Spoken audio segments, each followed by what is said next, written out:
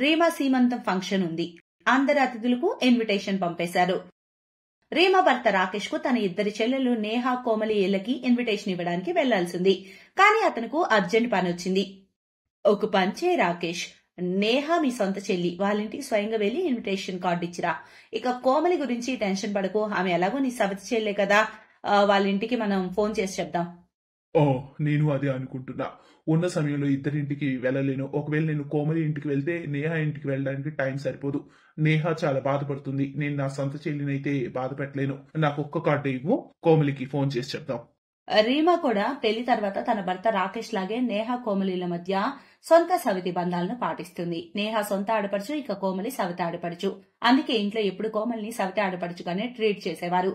సీమంత function కోసం రాకేష్ తన చెల్లి ఇంటికి వెళ్లి మరీ పిలిచాడు. కానీ కోమలికి మాత్రం ఫోన్లోనే చెప్పాడు. ఈ విషయం కోమలి అత్తయ్యకు నేహ అత్త ద్వారా సీమంత ఫంక్షన్ లో తెలుస్తుంది. నేహ అత్త కోమలి అత్తతో, ఏంటి మీకు ఫోన్ చేసి చెప్పారా? మాకైతే రాకేష్ స్వయంగా ఇంటికొచ్చి మరీ పిలిచాడు. అయినా మీ ఇంటికి కూడా రావాల్సింది, ఇద్దరు చెల్లెలే కదా తనకు. నేహ తన సొంత చెల్లి, కోమలి సవతి చెల్లి, అందుకేనేమో. అత్తయ్య, మిమ్మల్ని వదిన పిలుస్తున్నారు ఫొటోస్ కోసం. వస్తున్నా కొడలా. అక్కయ్య, నేను కాస్త పిల్లలతో అలా, మీరు కూడా రండి మాతో పాటుగా. లేదు, మీరు వెళ్ళండి, నేను కోమలితో పాటు వస్తాను. కోమలి అత్తకి అంతా చూసి అర్థమవుతుంది. రీమా తన సొంత ఆడపడుచును, ఆమె అత్తింటి వాళ్లను తనతో పాటుగానే నిలబెట్టుకుని ఇంపార్టెన్స్ ఇస్తుంది. కానీ కోమలి ఒక సైడ్ ఉండాల్సి వస్తుంది. ఫంక్షన్ అంతట్లో కూడా రీమా, రాకేష్ కేవలం నేహ, ఆమె అత్తారింటి వాళ్ళపైన పూర్తి ధ్యాస పెట్టారు. కోమలి ఇంకా తన అత్తారింటి వాళ్ళ పట్ల సరిగా మాటలు కూడా మాట్లాడలేదు. ఫంక్షన్ అయిపోయాక రీమా తన ఇద్దరి ఆడపడుచులకు కానుకలిచ్చింది. నేహ, ఇది మా తరపున. రీమా వదిన, నిజంగా ఈ బంగారు నెక్లెస్ అయితే చాలా ఖరీదైంది, దీని అవసరం ఏముంది? అరే, అన్నేం లేవు, నువ్వు నా ముద్దుల ఆడపడుచువి, వదినకు ఆ మాత్రం బాధ్యత ఉంటుంది కదా. పైగా నువ్వు నాకు పుట్టబోయే బిడ్డ కోసం ఎన్నో కానుకలు తెచ్చావాయే. కోమలి, ఇది నీ కానుక. థ్యాంక్ యూ వదిన. అలాగే నేను మీకు ఇచ్చిన గిఫ్ట్ ఓపెన్ చేసి చూడండి, ఒక సర్ప్రైజ్ ఉంటుంది మీకు. ఎలా ఉందో కాల్ చేసి చెప్పండి నాకు ఆ కానుక. నేను ఇప్పుడు బాగా అలసిపోయాను కోమలి, ఫ్రీ అయ్యాక అన్ని గిఫ్ట్ ఓపెన్ చేస్తా కదా, అప్పుడు చూసి చెప్తానులే. ఇప్పుడైతే నా ఫోన్ కాల్ కోసం ఎదురు చూడకు. ఇంకా నేహ, నీ గిఫ్ట్స్ నేను స్పెషల్ గా పెట్టాను, అన్నిట్లో కలవకుండా, సరేనా? నేను వెంటనే చూస్తానులే. సరిగ్గా చేసావు వదినా నువ్వు. రీమా, రాకేష్ తరచుగా కోమలిని అవమానిస్తున్నారు. అది చూసి కోమలి అత్తకు చాలా కోపం వస్తుంది. కోమలి, ఇంటికెళ్దామా ఇక? మీ మావయ్య మోహిత్ వచ్చే టైం అవుతుంది. అత్తయ్య, వెళ్దాం. సరే అన్నా వదినా, నేను బయలుదేరతాను. నేహ అల్లంటి తయారై ఉంది, అందరం కలిసి కూర్చొని తాగుదాం పద. తర్వాత నేనే నిన్ను బండ్లో దిగి పెడతా ఇంటి దగ్గర. బావకు కూడా చెప్పా ఫోన్ చేసి. వావ్, సరే అన్నయ్య, వేడి పెట్టి తాగుతూ కబుర్లు చెప్పుకుందాం కాస్త. కోమలి ఆ మాటలన్నీ వింటుంది. కాసేపు ఉండమని ఆమెను అక్కడెవరూ అనలేదు. కోమలి తన అత్తతో పాటు టాక్సీలో కూర్చుంటుంది. కానీ ఆమె కళ్ళల్లో కన్నీళ్లు తిరుగుతూ ఉంటాయి. తన అత్త నుండి దాచే ప్రయత్నం చేస్తూ ఉంటుంది. చూడు కొడలా, నేటి తర్వాత నువ్వు ఇక్కడికి రావాల్సిన అవసరం ఇక లేదు. చాలా అవమానం జరిగింది నీకు ఇంకా మాకు. సొంత సవితి ఆడపడుచుల తేడా స్పష్టంగా కనిపిస్తుంది. నువ్వు ఎప్పుడూ సొంత చెల్లెలివే. అతను ఎప్పుడూ తన సొంత చెల్లెల్ని పట్టించుకుంటాడు. ఇక నీ పుట్టింటి వాళ్లకు ఎంత దూరంగా ఉంటే అంత మంచిది. అప్పుడు నీకు అంత బాధ ఉండదు. నిన్ను చూసి నాకు ఈ బాధ ఉండదు. కోమలి సైలెంట్ గా తన అత్త మాటలు వింటుంది. ఆమెకు తన అత్త చెప్పిన మాటలు సరైనవి అనిపించాయి. ఇక ఆ రోజు తర్వాత ఆమె తన అన్న, వదిన ఇంకా నేహలతో మాట్లాడడం మానేసింది. కోమలి అప్పుడప్పుడు దిగులు పడుతూ ఉంటుంది. కానీ మళ్ళీ తనకు తాను నచ్చ చెప్పుకుంటూ ఉంటుంది. కొన్ని రోజుల తర్వాత సడన్ గా కోమలి అన్నయ్య రాకేష్ కాల్ వస్తుంది. రాకేష్ కాస్త కంగారుగా ఉంటాడు. హలో కోమలి. నమస్తే అన్నయ్య, ఏమైంది? ఏదో కంగారుగా ఉన్నట్టున్నారు. అది కోమలి, నీ వదిన రీమా వైద్యం చేపించుకునే హాస్పిటల్ దగ్గర ఏదో ఎమర్జెన్సీ అని రీమాను పట్టించుకోవడం లేదు. రీమా పరిస్థితి అస్సలు బాగోలేదు. ఎవరైనా తెలిసిన వారుంటే కాస్త. అన్నయ్య, నేను వెంటనే మోహిత్ ఇంకా మామయ్య గారితో మాట్లాడతాను. కోమలి వారి అత్తారింటి వారికి విషయం అంతా చెబుతుంది. కోమలి మామయ్య వెంటనే అన్ని ఏర్పాట్లు చేస్తారు. వాళ్ళకు తెలిసిన వాళ్ళు చాలా మంది ఉండటం వల్ల వెంటనే రీమాను హాస్పిటల్లో అడ్మిట్ చేసుకుంటారు. కోమలి అత్తారింటి వాళ్ళు ఈ స్థితిలో అందరికంటే ముందుగా సాయంగా అక్కడ ఉంటారు. కానీ నేహ అత్తారింటి వాళ్ళు ఎవరు ఇంకా రాలేదు. అప్పటికి నేహ పనంతా అయ్యాక అక్కడికి చేరుకుంటుంది. రీమా ముద్దుల పాపాయికు జన్మనిచ్చింది. ఆ పాప సిజేరియన్ ద్వారా పుట్టింది. ఇక నేహ కలవడానికి వచ్చే సమయానికి రీమాకు కూడా స్పృహ వస్తుంది. నేహ, ఏమైంది? ఇంత లేటుగా వచ్చావు? పొద్దున చెప్పా కదా నా ఆరోగ్యం బాగోలేదు, నా పరిస్థితి చాలా తేడాగా ఉందని. అది వదిన, నాకు జ్వరంగా అనిపించింది, లేస్తుంటేనే కళ్ళు తిరిగినాయి. అందుకే నేను అన్నయ్యకు పదే పదే ఫోన్ చేస్తుంటే ఫోన్ అన్నయ్య తీయడం లేదు. అన్నయ్య చూడు, కావాలంటే నా మెసేజ్ కూడా ఉంటుంది. మీ బావగారు చాలా ప్రయత్నించారు కానీ ఫలితం లేకుండా పోయింది. ఎక్కడ ఆయన ఇంపార్టెంట్ మీటింగ్ ఉండటం వల్ల ఆఫీస్కి వెళ్లారు. నేహా, కనీసం ఒక ఫోన్ చేయొచ్చు కదా బావగారు. పొద్దుటి నుంచి ఒక్క ఫోన్ కూడా నాకు రాలేదు. నేను ఎంత కంగారు పడ్డాను. రీమా ఆరోగ్యం బాగలేదని నీకు చెప్పాను కదా, హాస్పిటల్ కి తీసుకొచ్చానని. ఇక్కడ వాళ్ళు అడ్మిట్ చేసుకోలేదు. ఇక ఈ రోజు కోమలి తన అత్తారింటి వాళ్ళే మాకు హెల్ప్ చేశారు. వాళ్ళు లేకుంటే ఏమయ్యేదో. అయ్యో బాబు, కష్ట సుఖాల్లోనే కదా మనం అనుకునే వాళ్ళు తోడుండేది, వచ్చేది. రీమా సరిగ్గా ఆరోగ్యంగా ఉంది, అదే చాలు మనందరికీ. అప్పుడే కోమలి పాపం చేతిలో పట్టుకొని అక్కడికి వస్తుంది. అత్తబడిలో ఆడుకుంటుంది. వదిన, నిజంగా ఈరోజు నేను చాలా సంతోషంగా ఉన్నాను. నా ముద్దుల కోడలు ఎంత అందంగా ఉందో. నాకు అనిపిస్తుంది కోమలి, నువ్వు తన ముద్దుల మేనత్ అవుతావని. సారీ అన్నయ్య, సారీ వదిన, మీరు నాపై కోపంగా ఉన్నారు కదా. లేదు లేదు, కోపం అనే మాటే లేదు నేహ. కానీ మాకు ఈ రోజు మా తప్పైతే తెలిసొచ్చింది. ఇంకా కష్టాల్లో ఆదుకునే వాళ్ళే నిజమైన బంధువులు అనే సత్యం కూడా తెలిసింది. కోమలి ఈ రోజు అది నిరూపించింది. Komali, I'm sorry. మేమెప్పుడూ నీ పట్ల తప్పుగానే ప్రవర్తించాము. క్షమాపణ చెప్పడం తప్ప ఇంకేమీ చేయలేని పరిస్థితి.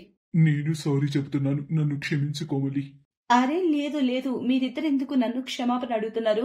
ఈ రోజు సంతోషించాల్సిన రోజు, మనందరం కలిసి ఈ చిట్టి తల్లికి స్వాగతం పలకాల్సిన రోజు. నాకెప్పుడు మీ మాట తప్పుగా అనిపించలేదు. మీరందరూ నా వాళ్ళు కదా. కోమలి తన మేనకోడల్ని ముద్దాడుతుంది. కాసేపటి తర్వాత నేహ కూడా తన మేనకోడల్ని ఎత్తుకుంటుంది. ఆమెకు తన తప్పు అర్థమవుతుంది. ఇక అందరూ ఒకటిగా కలిసి ఆ పాపాయి ప్రేమలో మునుగుతారు. ఈ రోజు తన అన్న నుంచి చాలా ప్రేమ, గౌరవం దక్కిన ఆనందం కోమలి ముఖంలో చాలా స్పష్టంగా కనిపిస్తుంది.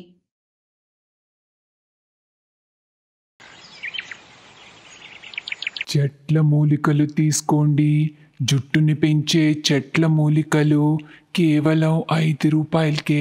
జుట్టును పెంచే మూలికలా? కేవలం 5 రూపాయలకా? చూద్దామాగు. సుధాకి జుట్టు పెంచుకోవాలని ఉంటుంది. దానికోసం తను ఏదైనా చేయడానికి రెడీ. ఆ ముసలివాడి దగ్గర నుండి కొనుక్కున్నాక ఈ మూలికలను బాగా నూరాలి. అప్పుడు దాని నుండి మంచి నూనె వస్తుంది. నిద్రపోయే ముందు ఆ నూనెని జుట్టు మొత్తం పట్టించాలి, సరేనా? చెట్ల మూలికలు తీసుకొని సుధా ఇంట్లోకి వెళ్ళి ఆ మూలికల్ని నూరి నూనె తీసి దానిని జుట్టుకి రాసుకొని నిద్రపోతుంది. ఇక మరుసటి రోజు నిద్రలేచి చూడగా తనకున్న కాస్త జుట్టు కూడా ఊడిపోయి ఉంటుంది. సుధా అస్సలు నమ్మలేకపోతుంది. ఆడపిల్లలు పొడుగు జుట్టులోనే బాగుంటారని అంటారు. కానీ సుధాకి చిన్నప్పటి నుండి చిన్న జుట్టే. తనకసలు జుట్టే పెరిగేది కాదు. దానికి తోడు తను చాలా రంగు తక్కువ. కానీ వాళ్ళ అక్క రాధా మాత్రం పొడుగు జుట్టు మరియు తెల్లగా ఉండేది. అందుకని రాధా ఎప్పుడు సుధాని ఏడిపిస్తూ ఉండేది. నువ్వు నా చెల్లివే కాదు, నిన్ను అమ్మా నాన్న రోడ్డుపై నుంచి తీసుకొచ్చారు, లేదంటే ఇంత నల్లగా ఎలా ఉంటావు? ఆ మాటలకి సుధా ఎప్పుడూ ఏడ్చేది. అమ్మా నాన్న, చూడండి రాధా ఏమంటుందో. రాధా సుధాల తల్లి ఇలా అంటుంది. ఎందుకు ఏడుస్తున్నావు సుధా? రాధా తప్పేమనలేదుగా. నువ్వు నల్లగా ఉంటావు, నీకు జుట్టు కూడా లేదు. నేను ఇలాంటి కూతుర్ని కావాలనుకోలేదు. సుధా తండ్రికి కూడా తనంటే ఇష్టం ఉండదు. సుధాని ఎప్పుడూ అందరూ ద్వేషించేవారు. అలానే పెరిగింది సుధా. రోజూ రాత్రి తను ఏడుస్తూ భగవంతుడికి ప్రార్థించేది. దేవుడా, ఏదో ఒకటి చమత్కారం చేసి నా కాళ్ళ వరకు జుట్టుని ప్రసాదించు ప్లీజ్ దేవుడా. ఆ తర్వాత రాధా సుధాలు పెరిగి పెద్దవుతారు. ఈరోజు సుధాని చూసుకునేందుకు పెళ్లివారొస్తున్నారు. సుధా అద్దం ముందు కూర్చుని తయారవుతూ ఉంటుంది. పెద్దయ్యాక కూడా తనకి జుట్టుండదు. తనని తాను అద్దంలో చూసుకుంటూ ఉండగా ఆలోపే తల్లి వచ్చి తిట్టడం మొదలు పెడుతుంది. ఇక్కడిలా కూర్చునుంటే ఏమవుతుంది? త్వరగా కానీవే, లేదంటే ఈ పెళ్ళికొడుకు కూడా చేజారిపోతాడు. అప్పుడు రాధా వచ్చి ఇలా అంటుంది. అమ్మా, మీరు నాకంటే ముందు ఈ దయ్యానికెందుకు పెళ్లి చేయాలనుకుంటున్నారు? రాధా, ముందు ఈ రాక్షసిని వదిలించుకోవాలి, లేదంటే తర్వాత దీన్నెవరు పెళ్లి చేసుకుంటారమ్మా? దీన్ని వదిలించుకున్నాక నీకు మంచి ధనవంతుల అబ్బాయిని వెతికి తెస్తానమ్మా. అమ్మా, ఎందుకు నన్ను ఇంతలా ద్వేషిస్తున్నారు? నేను మీకేం చేశానమ్మా? నీకు జుట్టు లేదు సుధా, పైగా నల్లగా ఉంటావు. నీకు నా చెల్లిగా ఉండే అర్హతే లేదు. చీచి. సుధా చాలా బాధపడుతుంది. తను జీవితాంతం ఏడుస్తూనే ఉంటుంది. అవినాష్ అనే అబ్బాయి సుధాన్ చూసుకోవడానికి వస్తాడు. తల్లి చెప్పినట్టు రాధా తన గదిలోనే కూర్చునుంటుంది. ఎందుకంటే తల్లి ఇలా అంటుంది. తల్లి, నువ్వు గదిలోనే ఉండు, లేదంటే అబ్బాయి వాళ్ళు సుధతో పెళ్లి కొప్పుకోరు. ఇక అవినాష్తో సుధాకి పెళ్లి కుదురుతుంది. కానీ వాళ్ళకి చాలా ఎక్కువ కట్నం ఇవ్వాల్సొస్తుంది. ఆ విషయంపై కూడా తల్లి సుధాని తిడుతూ ఉంటుంది. సుధా మనసులో ఇలా అనుకుంటుంది. నాకు నా ఇంట్లోనే ప్రశాంతత లేదు. కనీసం అత్తారింట్లో అయినా సంతోషంగా ఉంటాను. సుధాకి పెళ్ళైపోతుంది. పెళ్ళైన రోజే అవినాష్ రాధాని ఫస్ట్ టైం చూస్తాడు. చూడగానే తనతో ప్రేమలో పడిపోతాడు. అరే, నేను తనని ముందెందుకు చూడలేదు? ఎంత తెల్లగా ఉందో, పొడుగు జుట్టు కూడా ఉంది. ముందు తనని కలిసి ఉంటే నాకు ఈ దయ్యంతో పెళ్లి జరుగుండేదే కాదు. కానీ ఇప్పుడేం చేయగలరు? సుధా అవినాష్తో కలిసి అత్తారింటికి వెళ్ళిపోతుంది. ఇక అత్తారింట్లో అడుగు పెట్టగానే సుధా అత్తగారు సుధాకి ఇంటి పని మొత్తం అప్పచెప్తుంది. కిచెన్లోకి వెళ్ళి గిన్నెలని తోమేయ్. ఆ తర్వాత వంట చేసి ఇల్లంతా శుభ్రం చేసేయ్. నిన్ను ఇంటికి కోడలిగా కేవలం పనులు చేయడానికి మాత్రమే తెచ్చుకున్నావు, మర్చిపోకు. అలాగే అత్తయ్య, నేను మర్చిపోను. సుధా అలసిపోకుండా పనులు చేస్తూనే ఉంటుంది. భర్త అత్తగారు తన జుట్టును చూసి నవ్వుతూ ఉంటారు. దీని జుట్టు నా జుట్టు కంటే చిన్నగా ఉంది. ఇది అచ్చం పని మనిషిలానే ఉందిరా. అవును, ఖర్చు లేని పని మనిషి. అవినాష్ అలా ఏడిపిస్తూనే ఉంటాడు. ఇక ఒకరోజు అతను రాధాని కలుస్తాడు. రాధ తన జుట్టుని అందాన్ని చూసుకుని చాలా అహంకారంగా ఉంటుంది. అవినాష్కి రాధ అంటే ఇష్టం. ఇక రాధ కూడా అవినాష్ని ఇష్టపడుతుంది. ఒకరోజు అవినాష్ మరియు రాధ పెళ్లి చేసేసుకుంటారు. రాధ అవినాష్తో కలిసి ఇంటికొస్తుంది. అది చూసి సుధా షాక్ అవుతుంది. రాధా, నువ్వు నాకింత అన్యాయం ఎలా చేయగలిగావు? నా భర్తని పెళ్లి చేసుకున్నావా? నోరు ముయ్యవే. అవినాష్ నిన్ను అసలు ఇష్టపడట్లేదు. తను కేవలం నన్ను ప్రేమిస్తున్నాడు. అయినా ఇలాంటి జుట్టు లేని పిల్లని ఎవరు ప్రేమిస్తారు? నాకైతే పొడుగు జుట్టు అమ్మాయిలే ఇష్టం. సుధా మౌనంగా ఏడుస్తూ ఉంటుంది. మరుసటి రోజు తను బజార్కి వెళ్ళినప్పుడు అక్కడ ఒక ముసలతను, చెట్ల మూలికలు తీసుకోండి, జుట్టుని పెంచే మూలికలు కేవలం 5 రూపాయలకే. జుట్టుని పెంచే మూలికలా? కేవలం 5 రూపాయలకేనా? చూద్దాం. సుధాకి జుట్టు పెంచుకోవాలనుంది. దానికోసం తాను ఏదైనా చేస్తుంది. ఆ మనిషి నుంచి చెట్ల మూలికలు కొనుక్కుంటుంది. అప్పుడు అతను, ఈ చెట్ల మూలికల్ని బాగా నూరు. అలా నూరితే మంచి నూనె వస్తుంది. ఆ నూనెని నిద్రపోయే ముందు జుట్టుకు పెట్టుకోవాలి. సుధా మూలికలు తీసుకుని ఇంటికి వెళ్తుంది. రాత్రి అందరూ నిద్రపోయాక సుధా మూలికలు నూరి నూనె తీసి జుట్టుకి పట్టించుకుని నిద్రపోతుంది. మరుసటి రోజు నిద్రలేచి చూసేసరికి తలపై ఉండే కాస్త జుట్టు కూడా పోతుంది. అప్పుడు తను ఏడుస్తూ, ఏంటిది, ఉన్న కాస్త జుట్టు కూడా పోయింది, ఇప్పుడు నేనేం చేయను? సుధా ఏడుస్తూ ఉంటుంది. ఇక తనని ఆ పరిస్థితిలో రాధా, విమ్లా, అవినాష్ చూస్తారు. ఏంటిది, నీకు మొత్తానికే గుండైపోయిందా? చిచి, నీ మొహం అస్సలు చూడలేకపోతున్నాను.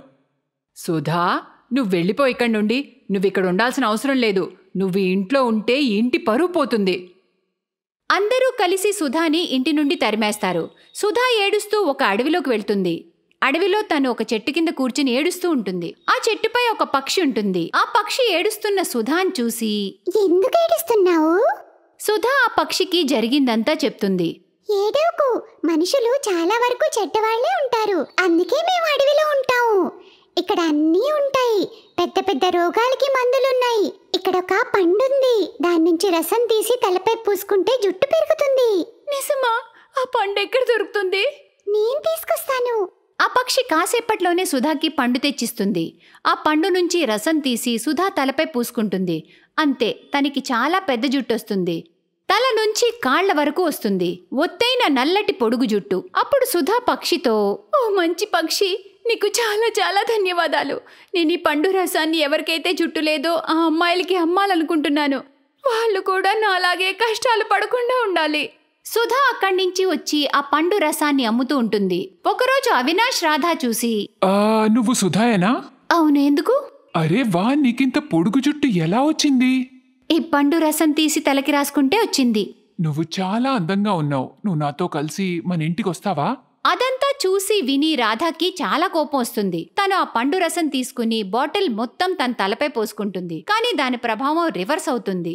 జుట్టంతా పోయి గుండైపోతుంది. ఏంటిది, నాకు గుండైపోయిందా?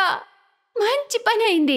స్వార్థానికి ప్రతిఫలం ఇదే. నువ్వు నన్ను చిన్నప్పటి నుండి ప్రశాంతంగా బ్రతకనివ్వలేదు. ఇప్పుడెలా అనిపిస్తుంది? అవినాష్, నేను పనికిరాని వాళ్లతో ఉండాలనుకోవట్లేదు. నువ్వు నీ భార్యతోనే ఉండు. రాధా అహంకారం మట్టిలో కలిసిపోతుంది. ఇక అవినాష్ కి కూడా గుండు రాధాతోనే ఉండాల్సి వస్తుంది. ఆ పండు రసం అమ్ముతూ సుధా చాలా ధనవంతురాలైపోతుంది. అంతటా తన జుట్టు గురించి చర్చలు జరిగి ఫేమస్ అయిపోతుంది. ఇక తను హాయిగా జీవిస్తుంటుంది. Best buddies. హలో ఫ్రెండ్స్, ఈ వీడియో చూసినందుకు మీకు ధన్యవాదాలు. ఒకవేళ మీకు ఈ వీడియో నచ్చినట్లయితే దయచేసి లైక్ చేసి సబ్స్క్రైబ్ చేయండి మరియు ఈ వీడియోపై కామెంట్ చేయండి. ఇంకో విషయం, షేర్ చేయడం మర్చిపోకండి.